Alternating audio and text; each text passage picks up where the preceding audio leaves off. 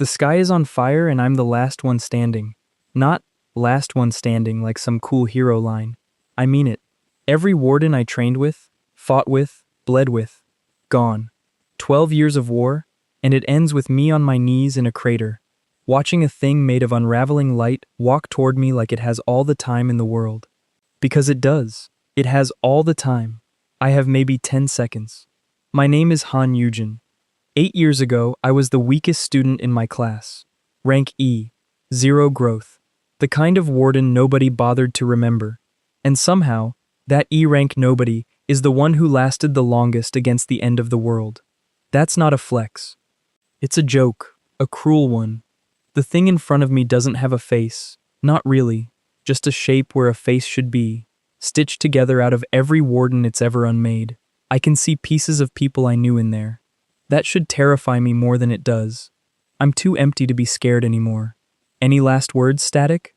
It says, using the nickname they gave me back when I was nothing. It still remembers that. After everything, it still remembers that. I laugh. It comes out broken. Yeah, I've got one. I reach into what's left of my chest. Not my body, my soul, the last uncollapsed part of me. And I pull out everything. Every debt. Every promise I made to the people who died protecting me when I couldn't protect myself. Every ounce of strength they poured into me in the last 30 seconds of their lives.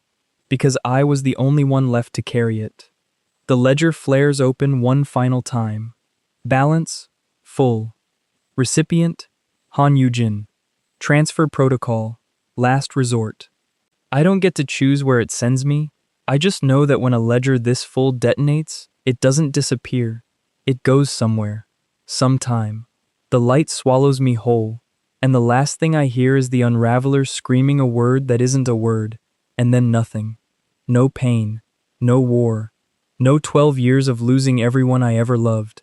Just a ceiling I haven't seen since I was 17. I sit up so fast I nearly headbutt the kid next to me. My hands are shaking, and they're small. Wrong. Unscarred. I flex my fingers, and there's no burn tissue, no missing knuckle from the fight at third wall, no tremor from ledger overuse. I'm 17 again. I'm back at Halcyon Institute. It's trial day, my trial day, the day I tested rank E in front of the entire school and became a joke for the next 8 years. I have exactly one thought, and it isn't relief. It's this. I know exactly how this day goes wrong, and I have less than 6 hours to make sure it doesn't. Halcyon Institute sits on a cliff over the ocean, built like a fortress because it basically is one. The last line of training before the rift lines swallow the coast.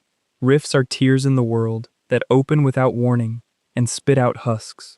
Monsters built from whatever nightmare the rift feeds on. Every country on Earth has wardens now. Every warden has a rank, stamped by a ranking stone that reads your raw output the second you touch it. E is the floor. SSS is a rank so rare, most people have never met one alive. I tested E, in front of 600 students, on a stone that had never lied in Halcyon's 100-year history. They called me Static Han for 8 years after that, because static is what you get on a screen when there's a signal but no picture, power with no output, a warden shaped like a joke. I used to hate that name. Now I'm standing in the exact hallway where I first heard it, and all I feel is impatience. Because the ledger is still open inside me, not the war-torn version, smaller, tighter, like a war chest instead of a battlefield. A soft chime rings somewhere behind my eyes, a sound only I can hear. Ledger status, active. Aftermath reserve, 4%. Warning, vessel is underdeveloped. Forced withdrawal may cause physical damage. 4%. Out of a full ledger, that's nothing. In this body, at 17, before I've trained a single day, it's more raw power than anyone in this school has ever touched. Appa, you're going to be late. My little cousin Han Sua ducks under my arm to get past me in the hallway. Backpack half zipped, hair still damp from rushing out the door. She's 12. In my old timeline, she grows up to be one of the sharpest evacuation coordinators the Eastern District ever had, and she dies doing it. 3 years into the war, pulling kids out of a collapsing shelter that nobody warned her was going to collapse. I didn't warn her. I didn't know until it was already over.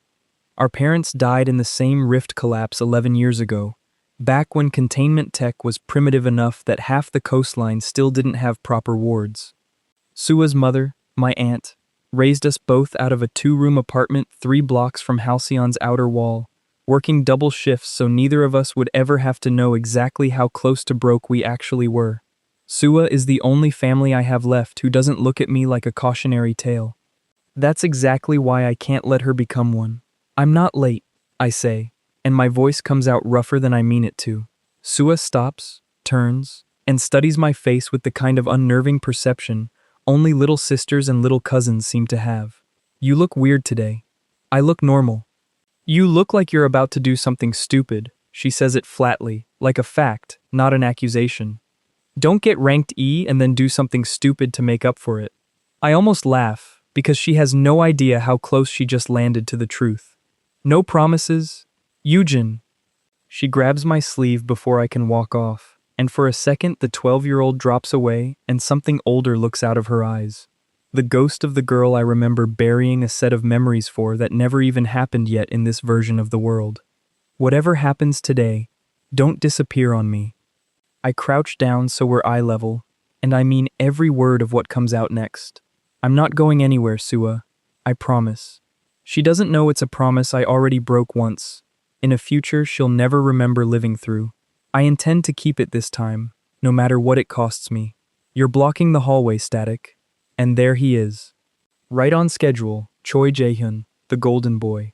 Rank S the moment he touched the stone. Top of every class. Surrounded by 3 guys who laugh at everything he says, whether it's funny or not. In the future, my future, the one that already happened and unhappened in the same breath, Jae-hyun becomes one of the strongest wardens alive. He also becomes the first person to vanish without explanation. 6 years from now, 3 months before the rifts started opening faster than anyone could close them. Nobody ever found out why. Nobody ever found out where he went. I used to think that was a coincidence. Standing here now, watching him smirk at me like I'm furniture, I don't think it's a coincidence at all. Move, he says. Old me would have apologized and shuffled sideways. Old me spent 8 years apologizing for existing. I don't move. Jae-hyun's smirk flickers. Just for a second, just long enough that I catch it. He's not used to being ignored. Careful, Static. Trials in 20 minutes. Don't want to be late for the part where everyone finds out what you already know. He walks past me, shoulder checking me hard enough to stumble me into the wall, and his friends laugh on cue. The old wound in me, 8 years of being nothing, wants to flare up out of habit. It doesn't get the chance. I've got 6 hours and a war's worth of memory telling me exactly how today is supposed to end, and I am not doing it that way twice. Here's what happens in the version of today I remember. I touch the ranking stone. It reads E. The whole auditorium laughs. I spend the next 8 years grinding in the lowest tier training division, mocked, ignored, and quietly falling in love with a girl who transfers in during my 2nd year. A girl who disappears without a trace during a rift breach in our 4th year, and whose disappearance nobody ever properly investigates because nobody thinks a Rankie's grief matters enough to chase down. Her name is Seo Arang, and today is the day she arrives. I remember standing in the crowd back then, seeing a new transfer student get escorted in by faculty, like she was something dangerous, and thinking nothing of it. I was too busy drowning in my own humiliation to notice the way 2 instructors kept glancing at her, like she might bolt. This time, I notice everything. The auditorium is packed by the time I get there. 600 students in Institute issue gray, all of them buzzing about trial day like it's a sporting event, instead of the thing that decides the rest of your life. I find a seat near the back, exactly where I sat before, because changing too much too fast is a good way to attract attention I can't afford yet. Then the side doors open, and 2 instructors walk in, flanking a girl with dark hair, and an expression like she's already decided not to be impressed by any of this. Seo Arang. Whispers ripple through the room instantly. Late transfer, mid-semester. No record on file, which never happens at Halcyon. The school triple-checks every applicant's rift exposure history before admission. She sits 3 rows ahead of me, spine straight, hands folded. looking at absolutely nobody. I remember her laugh. I remember her voice going hoarse from crying the night before a mission neither of us should have survived. I remember the exact shape of the silence after she disappeared. I don't know her yet, not in this timeline, but some stubborn, aching part of me already refuses to let this version of her vanish the same way. The headmaster steps up to address the auditorium, and I stop thinking about the past long enough to remember I still have a present to deal with. Students, he says. Today, the ranking stone will reveal what many of you have trained your whole lives to learn. Your rank is not your worth, but it will shape every door that opens for you from this day forward. Cheerful lie. Ranks shape everything. I lived 8 years proving it. They call names alphabetically. I watch person after person walk up, place their hand on the stone, and get their number. D, C, B, the occasional A that draws applause. Jaehyun gets called early and the entire auditorium goes dead silent as the stone flares gold. S rank. The crowd erupts. Jaehyun doesn't even smile. He just looks bored, like the stone confirms something he already knew, which, I realize now, watching him walk back to his seat with that same too calm expression, might be exactly what happened. Old me would have envied him. New me watches his face and thinks, that's not the face of someone who's surprised by his own strength. Then they call my name. Han Yoojin. The walk to the stone feels longer than it did the first time, even though it's the same 20 feet. I remember every laugh that followed the first result. I remember the specific way Jaehyun's friends started the chant that turned into my nickname before I'd even left the stage. I put my hand on the stone. It doesn't glow. Not at first. And then, deep inside my chest, the ledger stirs. Not the whole reserve, just a thread of it, a controlled trickle I force through gritted teeth because I know exactly what happens if I let it run wild in a room full of 600 witnesses. The stone flickers. E rank. The exact same result. Exactly like before, and for one full second, I feel the old humiliation rise up in my throat like it's going to choke me, until I remember something I didn't understand the first time around. The stone doesn't read power, it reads output, and the ledger isn't power I generate. It's power I'm holding, borrowed from people who are, right now, in this timeline, still alive and years away from ever dying for me. I can't access it freely yet, not without cost, not without training my own body to survive carrying it. Which means the E rank isn't a lie about my potential. It's a lock I haven't learned to pick yet. The laughter starts exactly on cue, the same wave of noise I remember from 8 years ago. Jaehyun's friends leading it, half the auditorium joining in because cruelty is contagious when it's aimed at someone who won't fight back. Except I'm not the same person who won't fight back anymore.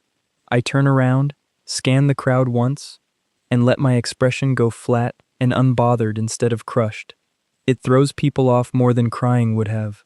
Laughter needs a wounded target to feed on, and I refuse to be one. 3 rows back, Seo Arang isn't laughing. She's watching me with an expression I can't quite place. Not pity, not curiosity. Something closer to recognition, like she's trying to remember where she's seen me before. Which is impossible, because in this timeline, she hasn't. I file that away. Everything about her deserves filing away. The trial isn't over after the ranking stone. That's the part almost nobody outside Halcyon knows. The part that made this day the actual disaster it became. The part I've been counting down toward since I woke up on that ceiling this morning. Every trial day ends with a live combat simulation in the Institute's outer courtyard, where low-threat husks are released from a containment array to test how new students respond under real pressure. It's supposed to be safe, contained.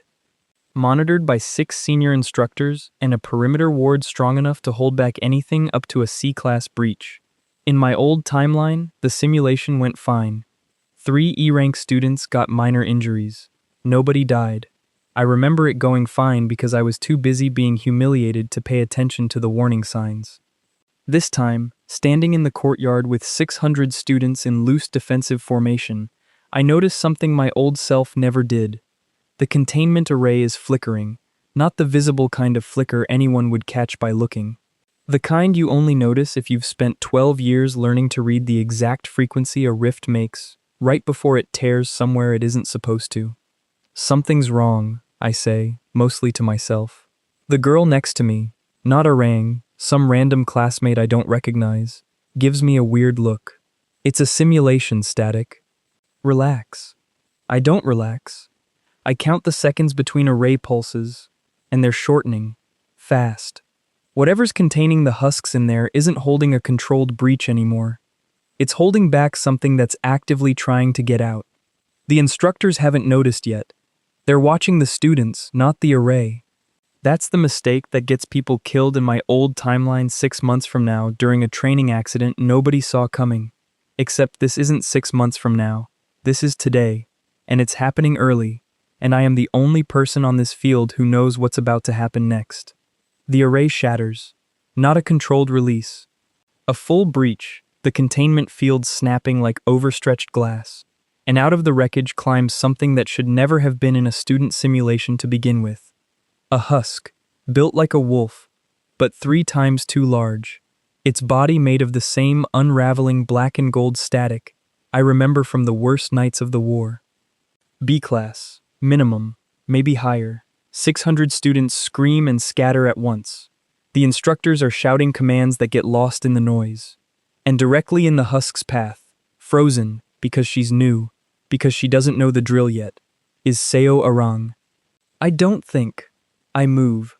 I've fought things twice this size with half a ledger to spare. Right now I've got 4% of a reserve, a body that's never trained past E rank, and roughly 2 seconds before that husk closes the distance to a girl I've already lost once. 2 seconds is enough.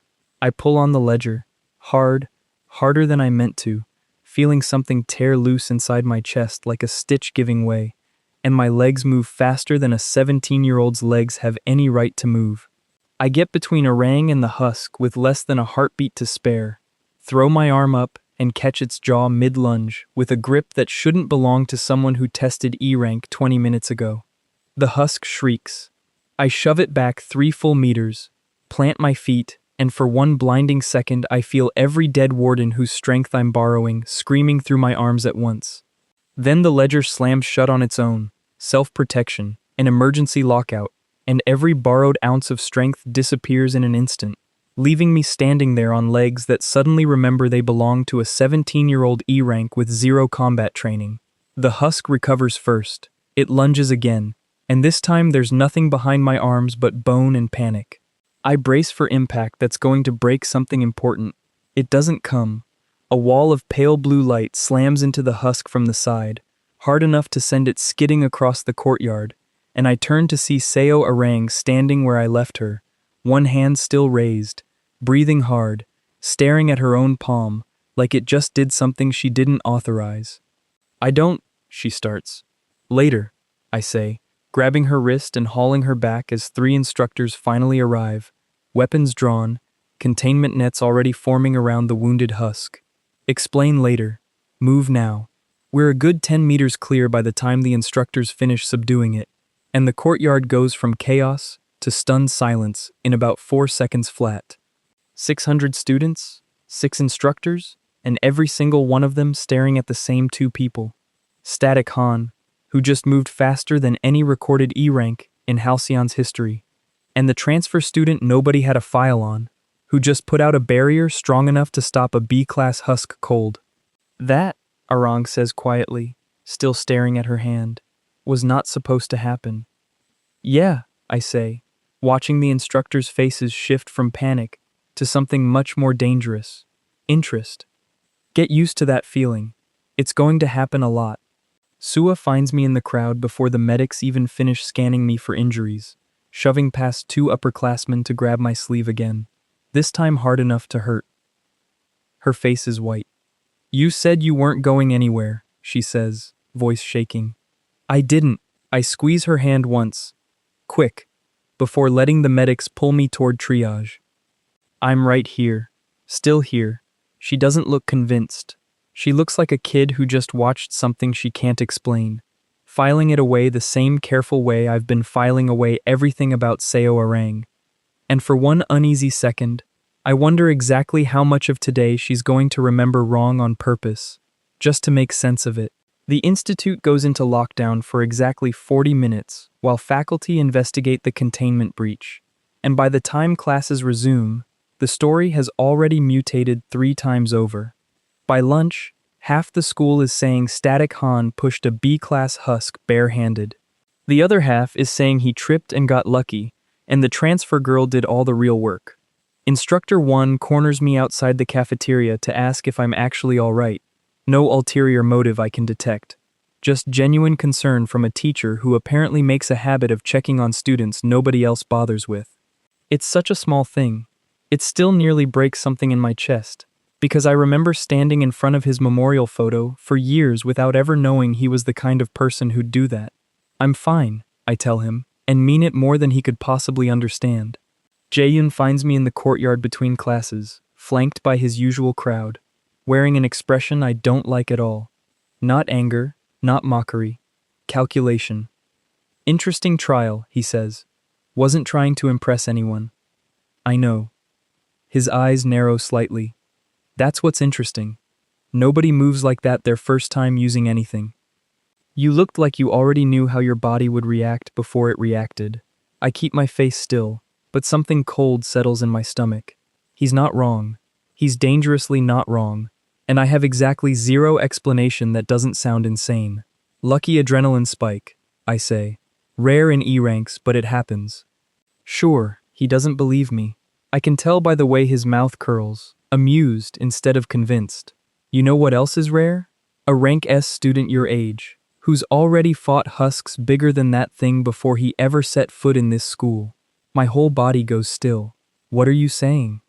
I'm saying, Jaehyun says, leaning in just enough that his friends can't hear, that you're not the only one in this school who remembers things that haven't happened yet, Static. He walks off before I can respond, leaving me standing there with my pulse hammering in my ears and every instinct screaming the same warning at once. He knows. Somehow, impossibly, Choi Jaehyun knows exactly what I am, because he's carrying the same secret. Jaehyun's friends corner me at my locker 20 minutes later, apparently deciding that whatever unsettled their leader is reason enough to remind me of my place. The tallest one, a broad-shouldered B-rank named Hyun, shoves my shoulder hard enough to knock my bag off my arm. Don't get comfortable, Static, Hyun says. One lucky reflex doesn't undo 8 years of you being a joke. Old me would have picked up the bag and apologized for dropping it. I pick it up slowly, meet his eyes, and don't say a single word. Just wait, silent, until the silence itself does more damage than any comeback could. Hyun's confidence flickers first. His friends shift their weight, suddenly unsure whether the joke is still funny. Whatever, Hyun mutters, and the 3 of them peel off down the hallway, throwing one last uneasy glance over their shoulders. Seo Arang is waiting at the end of the corridor when I turn around, arms crossed, watching the whole exchange with an expression that isn't quite a smile. You didn't defend yourself, she says. Didn't need to. That's not what I meant. She falls into step beside me, matching my pace without asking permission, which somehow doesn't bother me the way it should from a total stranger. I meant you didn't explain the courtyard either. Everyone wants to know how an E rank moved like that. You haven't given anyone an answer. Neither have you, I point out. Nobody's explained how a transfer with no file put out a barrier that stopped a B-class cold. Something flickers across her face. Not guilt, exactly. Closer to confusion, like she's genuinely searching for an answer and coming up empty. I don't actually know, she admits, quieter now. It just happened, like my body remembered something my head doesn't. The words land harder than she means them to. That's exactly how the ledger felt the first time I pulled on it as a 17-year-old. A body remembering a war it hasn't lived through yet. I file the thought away with everything else I'm not ready to say out loud. Welcome to the club, I say instead, and leave her standing there before she can ask what club I mean. I spend the rest of the day trying to look normal, and failing badly enough that even the instructors notice. Instructor Baek Moon-ho, head of combat training, the one adult at Halcyon who never once mocked me in 8 years the first time around, pulls me aside after final period with a look on his weathered face that makes my stomach drop before he says a single word. Walk with me, Han. We end up on the observation deck, overlooking the training courtyard, the one place in the school where conversations don't get overheard by 600 curious teenagers. Instructor Bake doesn't waste time on pleasantries. I've been doing this job for 23 years, he says. I've watched a lot of E-ranks. Never seen one move like you did today. Adrenaline, I say. Same lie I gave Jaehyun. Don't. His voice sharpens, just slightly. I was on the perimeter during the breach. I saw your stance. That wasn't panic reflex. That was trained instinct, executed by a body that's never been trained. Those two things don't happen together. Not naturally. I say nothing, because there's genuinely nothing safe to say. Instructor Beck studies me for a long moment, and something shifts behind his eyes. Old grief, maybe, or old recognition, like he's looking at a ghost he wasn't expecting to see again. I'm not going to report this, he finally says. Not yet, but I want you to understand something, Han. Whatever you're carrying, wherever it came from, you are not the first student to walk through that door holding something that shouldn't exist yet. My heart stops. What does that mean? He doesn't answer directly. Instead, he looks out over the courtyard, jaw tight. Watch Choi Jae-hyun, he says quietly, closely, and watch your own back closer. He walks away before I can push further, leaving me alone on the deck with a war's worth of memories, and absolutely no idea how many other people in this school are carrying secrets from a future none of them should remember. I don't get long to sit with it. 3 days pass in a blur of half answers and careful lies, and I use every one of them to test the limits of what 4% of a ledger can actually do. I train alone, late at night, in an unused sparring room I remember standing empty for years, pushing the borrowed strength just far enough to feel its edges, pulling back right before the lockout kicks in and leaves me shaking on the floor. On the first day, I try the records room instead, hoping the word ledger might turn up somewhere in Halcyon's archives if I dig deep enough. Most of what I find is useless. Old combat theory, outdated rank charts, decades of command bulletins nobody's touched in years. But one file, restricted and half redacted, mentions a compression transfer framework developed in a classified program 30 years ago and shut down after a single field test resulted in the death of its sole test subject. No names, no details. Just a termination date and a single handwritten note in the margin that isn't part of the official record. Some debts shouldn't be collectible. BM. I stare at those two initials for a long time before I make myself close the file and put it back exactly where I found it. Instructor Baek Munho. I don't know yet what it means that his initials are sitting in a 30-year-old classified file about a power that sounds exactly like mine. I just know it's one more question I'm not ready to ask him directly, and one more reason to trust him less blindly than I want to. On the second day, Halcyon's ruling council summons me to explain the courtyard breach. 3 officials in command gray sitting behind a long table, none of them introducing themselves, all of them staring at me like a specimen instead of a student. Your file lists you as rank E, the woman in the center says, tapping a folder she clearly hasn't finished reading. Explain how a rank E outran a B-class husk. Adrenaline, I say, for the 3rd time in 3 days, and it's starting to feel less like a lie and more like a dare. E-ranks don't get adrenaline spikes strong enough to outmaneuver husk-class threats, the man beside her says flatly. Not once in 100 years of recorded cases. Then I guess I'm the first. I hold his stare until he's the one who looks away, jotting something on a notepad instead. They can't prove anything. They can't test what they don't understand. Eventually, they let me go with a warning about further evaluation, and I walk out with my pulse hammering and a very clear sense that the clock on how long I get to stay quiet just got shorter. That night, alone in the sparring room, I push too hard. I'm testing how fast I can pull the ledger from a full stop to combat ready, timing myself against a threat that isn't there yet, and on the 4th attempt something goes wrong. The borrowed strength floods in too fast, faster than my nervous system can process, and for one horrifying half second, I'm not in the sparring room anymore. I'm back on the battlefield at Third Wall, watching a warden named Doyun get torn apart by a husk twice this one's size, hearing his last words like they're happening right now instead of years from now.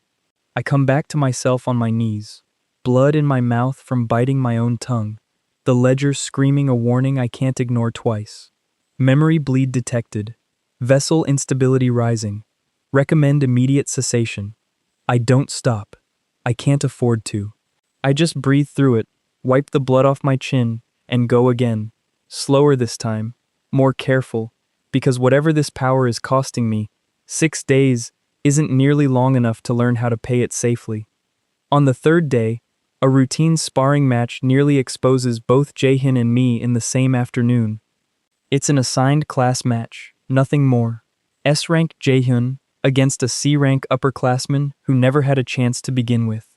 I'm watching from the sidelines with the rest of the class, half my attention on the fight and half of it running combat math out of habit, when the upperclassman lands a lucky hit that should have barely grazed Jaehyun's guard. Jaehyun's whole body flickers, just for a fraction of a second. A stutter in the air around him, gold, white, and wrong. Gone so fast that half the class probably doesn't register it happened at all. But I know exactly what I'm looking at, because I've felt my own body do the same thing every night this week. A ledger, flinching under stress it wasn't ready for. Jaehyun finishes the match in under 4 seconds after that, ending it with a strike so controlled and so far beyond his supposed S-rank ceiling that the instructor running the class actually stops writing notes to stare. Nobody else seems to clock how wrong that recovery was. I do. Afterward, in the locker corridor, I corner him before his friends catch up. That flicker, I saw it. For once, Jaehyun doesn't bother denying it. He just leans against the lockers, arms crossed, studying me with something almost like relief, mixed into the usual calculation. Took you long enough to actually watch, instead of just resenting me. What is it? What are you carrying? Not here. His eyes flick toward the corridor entrance, where voices are approaching. You want answers, Static? Earn them. Survive the next 6 days first. Then we'll talk about what we're both dragging around behind us. He straightens up and walks off before his friends round the corner, leaving me with one more open question stacked on top of a dozen others, and a growing certainty that whatever Jaehyun is hiding, it's going to matter a lot sooner than either of us is ready for. It's not enough, not nearly enough, and I know exactly how little time I have before it has to be. On the third night, the sparring room door opens when I'm mid-collapse on the mat, sweat-soaked and shaking, and I don't have the strength left to hide what I'm doing. You weren't at dinner, Arang says, standing in the doorway with her arms crossed, taking in the scorch marks on the walls and the blood on my split knuckles without so much as a flinch. Sua said you've been disappearing every night. Can't sleep. It's not even a lie. She steps inside anyway, closing the door behind her, and crouches down to my level with an expression that stopped pretending to be casual. Static Han moved faster than any recorded E-rank in 100 years of school history. Then he starts vanishing every night to train alone in a locked room. I'm not stupid, Yoojin. Hearing my actual name in her mouth instead of the nickname does something strange to my chest. Never said you were. Then stop treating me like I am. She sits down cross-legged across from me, steady, unbothered by my exhaustion, in a way that feels oddly familiar, even though we've technically known each other for 3 days. Whatever you're carrying, you don't have to carry it looking over your shoulder the whole time. You don't know what you're offering. No, she agrees. But I know what it looks like to hold something you don't understand yet. I've felt it every night since the courtyard, like my hands remember a fight I've never actually been in. The words hit somewhere I'm not ready for them to hit. I don't answer. I don't trust myself to answer without saying too much. So I just sit there in the silence with her until my breathing evens out, and for the first time since I woke up on that ceiling 3 days ago, the silence doesn't feel like something I have to survive alone. You're going to tell me eventually, she says, standing, brushing dust off her uniform. I'd rather it be before something forces it out of you. She pauses at the door, hand on the frame, and doesn't quite look back at me. For what it's worth, she adds, quieter, I don't think you're the same person everyone here thinks you are. I don't know how I know that. I just do.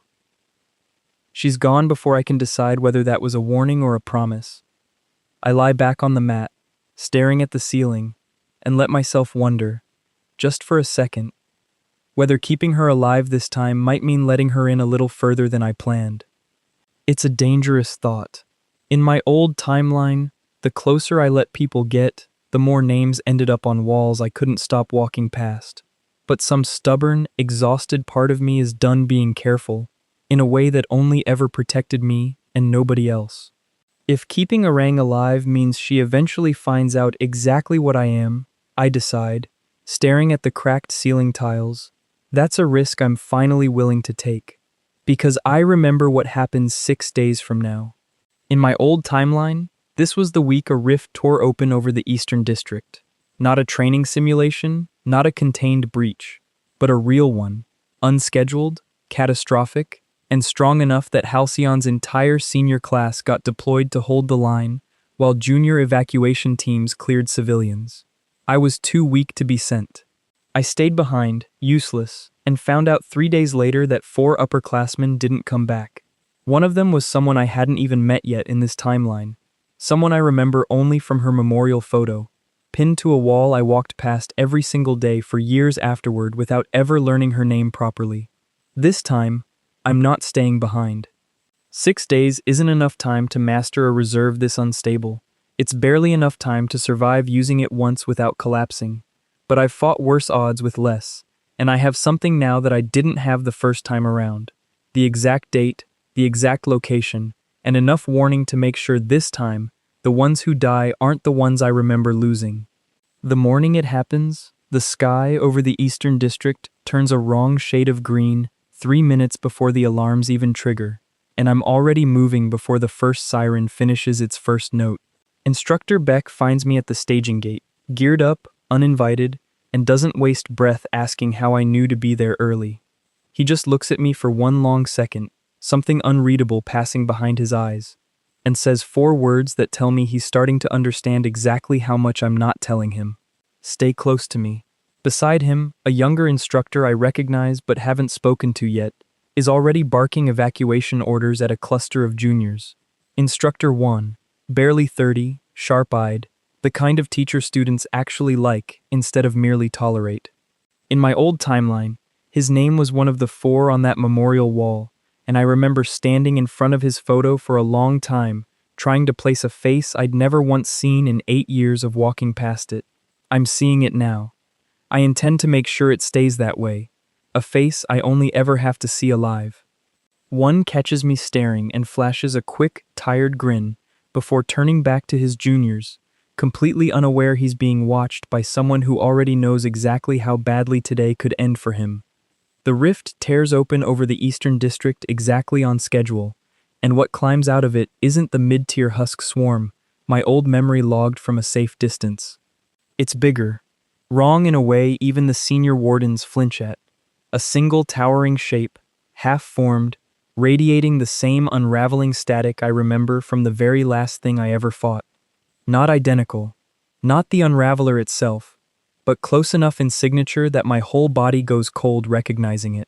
An early echo, a fragment of the thing that eventually ends the world, already forming years ahead of schedule, which means this timeline isn't just replaying my old one with small changes.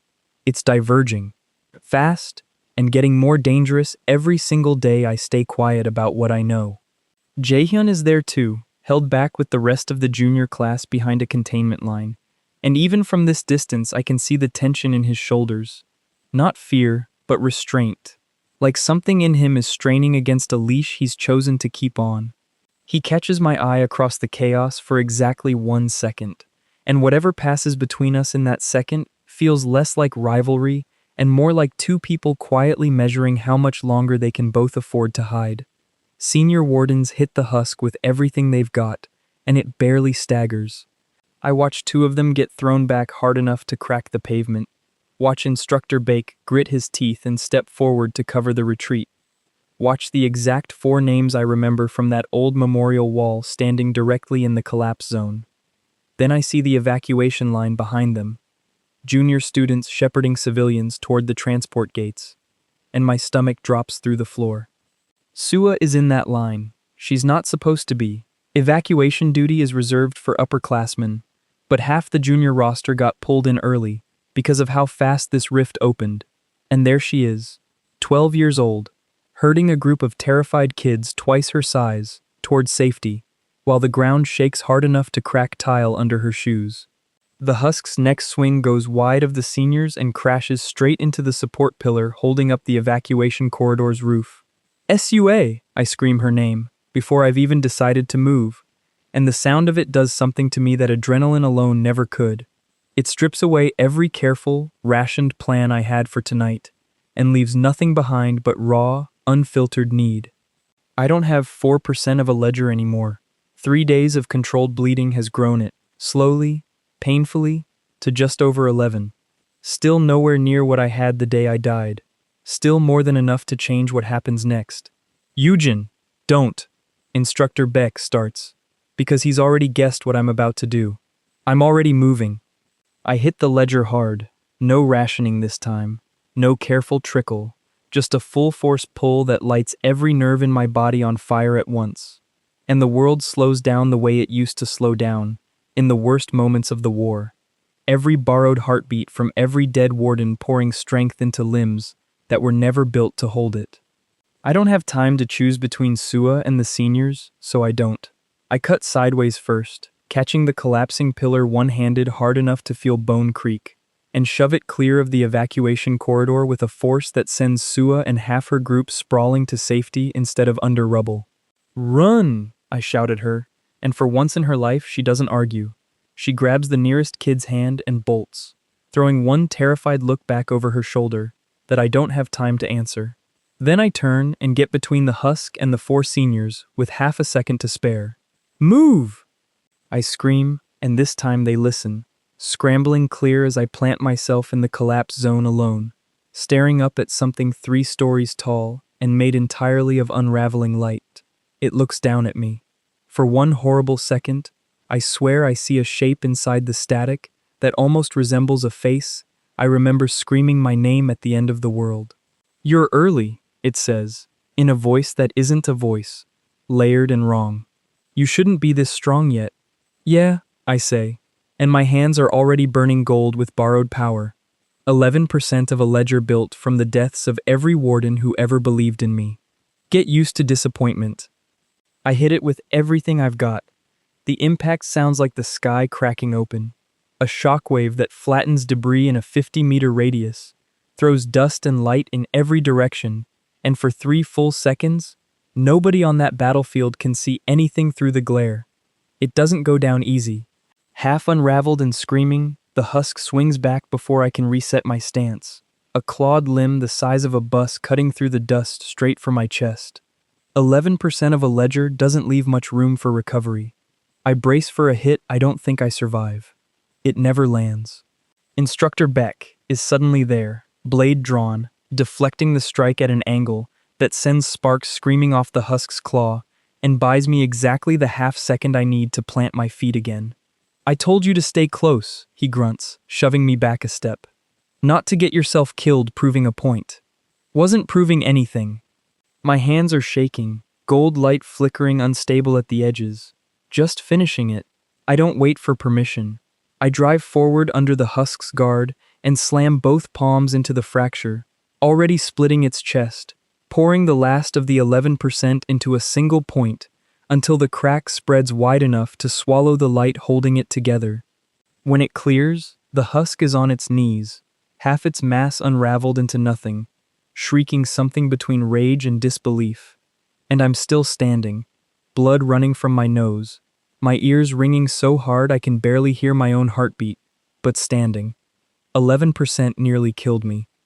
It also just did something no E rank has ever done in Halcyon's 100-year history. Senior wardens finish the Husk off while it's staggered, and the Eastern District goes quiet except for sirens and shouting and someone, I don't know who, screaming my name over and over like they can't believe what they just watched. Instructor Beck reaches me first, catching me before my knees fully give out, and there's something in his face that isn't relief. It's fear. Real fear. The kind that comes from finally seeing proof of something you'd only suspected before. Get him to the ranking stone, he says to the medics, voice tight. Now. Before command arrives and someone decides to bury this.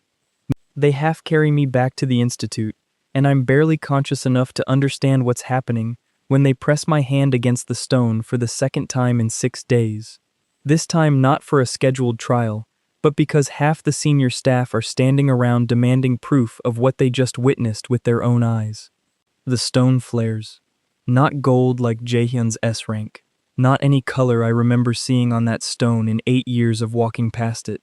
It goes white. Blinding. Pulsing white. And a symbol appears above it that half the instructors in the room visibly flinch at. SSS rank. The silence that follows is the loudest thing I've ever heard. Somewhere near the edge of the crowd, I catch sight of Sua, soot-streaked and wide-eyed, staring at the white glow over the stone, like she's trying to reconcile it with the cousin who promised her this morning that nothing was wrong. She doesn't run over, she doesn't say anything. She just watches me with an expression I recognize immediately, because I wore it once myself, years from now that never happened. The exact look of someone realizing the person they love is about to be pulled into something bigger than either of them can control. Instructor 1 is the first faculty member to break the silence, letting out a stunned, disbelieving laugh that startles half the room. An E rank, he says, shaking his head at nobody in particular. 100 years, and it was an E rank the whole time. There's no mockery in it, just wonder. The same open, unguarded kindness he showed me outside the cafeteria 3 days ago, and it settles something in my chest even in the middle of all this chaos. Somewhere behind the crowd of stunned faculty, I catch a glimpse of Seo Arang, pale and staring, her own borrowed power from the courtyard breach, suddenly looking small by comparison. I catch a glimpse of Jaehyun too, arms crossed, expression unreadable except for the muscle ticking in his jaw. Not shocked, not really. More like watching a plan he didn't account for. And somewhere deep in my chest, underneath the exhaustion and the blood and the ringing in my ears, I hear it. The ledger chimes again. One final notification, cold and clinical, cutting through everything else in my head. Anomaly detected. Aftermath signature match found. Second vessel active within proximity. My blood goes ice cold. There's only one person in this entire courtyard whose power signature could possibly register as a match. I turn my head, slow, aching, and find Choi Jae-hyun already staring straight at me. That same unreadable calm settling back over his face, like a mask clicking into place. "Welcome to SSS rank, Static," he says, quiet enough that only I can hear it over the chaos. "Took you long enough." Before I can ask him a single one of the 1,000 questions exploding behind my eyes, Instructor Beck's hand closes hard around my shoulder, pulling me back and putting himself between us, like he already knows exactly how dangerous this conversation is about to get. "Not here," Instructor Beck says, low and urgent, eyes fixed on Jaehyun like he's looking at a live wire. "Not yet." Whatever restraint Beck is holding on to, it's costing him. I can see it in the white-knuckled grip he still has on my shoulder, in the way his eyes never fully leave Jaehyun, until he's out of sight. 23 years of watching students walk through Halcyon's doors, and something about tonight has cracked a composure I don't think anyone here has ever seen slip before. Jaehyun just smiles, the first real smile I've seen on him since this whole day started, and walks away through the crowd without another word. Instructor Baek doesn't let go of my shoulder until Jaehyun is well out of earshot, and when he finally speaks again, his voice has dropped low enough that I have to strain to hear it over the ringing in my ears. 23 years, he says quietly. I told you that already. You want to know the real reason I've never seen an E-rank move like you did in the courtyard? Why? Because the only other person I ever saw carry something like that wasn't a student. His grip tightens, just slightly, and for the first time all day, I see something crack open behind his composed instructor's mask. Old, buried grief, surfacing against his will. She wasn't a student at all, and she didn't survive carrying it. Before I can ask him what that means, medics push between us, insisting I need immediate evaluation, and Instructor Beck lets them take me without finishing the thought. Like he's said more than he meant to already, and regrets every word of it. Seo Arang catches my eye across the chaos as they load me onto a stretcher, her expression unreadable, one hand still pressed flat against her own chest, like she's checking that something inside her is still where it's supposed to be. She doesn't come closer. She just watches me disappear into the crowd of medics, with an expression that says, "This conversation is nowhere near finished." Somewhere behind me, I hear Sua's voice cutting through the crowd, arguing with a medic who won't let her ride with the stretcher, and even exhausted past the point of coherent thought, it makes me smile. Whatever else today cost me, she's still here, still safe, still mine to protect, one impossible day at a time. I'm left staring up at the darkening sky, SSS ranked, bleeding, exhausted past the point of coherent thought, and more certain than ever that whatever future I thought I escaped is already reforming itself around me. Faster, stranger, and far more crowded with people carrying secrets than I ever prepared for. If you want to see what Yoojin does next, smash that like button. Let's hit 600 likes, and Chapter 2 goes up next.